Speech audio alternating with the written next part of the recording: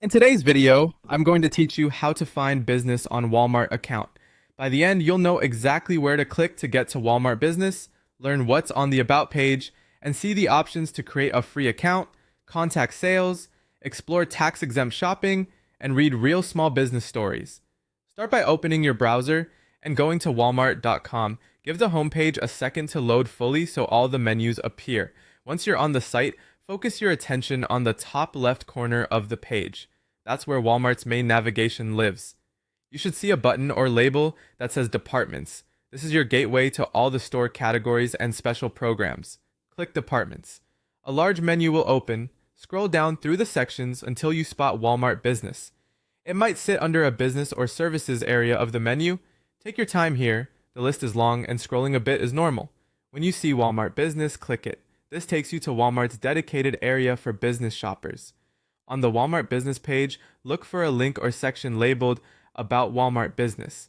Click that to get a clear overview of what the program offers and how it supports organizations of different sizes. This is the best place to confirm you're in the right spot and to understand benefits at a glance. From the About page, you'll see two primary paths forward. One is Create Free Account. Choose this if you're ready to set up a business profile for streamlined purchasing. The process is straightforward and designed to help you get buying quickly. The other option is Contact Sales. Pick this if you have unique needs, larger orders, or want guidance on solutions tailored to your organization. A sales specialist can walk you through options and help you get the most from the platform. As you explore, you'll also notice a section highlighting simple tax-exempt shopping. If your organization qualifies for tax exemption, this feature makes it easier to apply your status to eligible purchases. Be ready with your organization's documentation so your approval goes smoothly.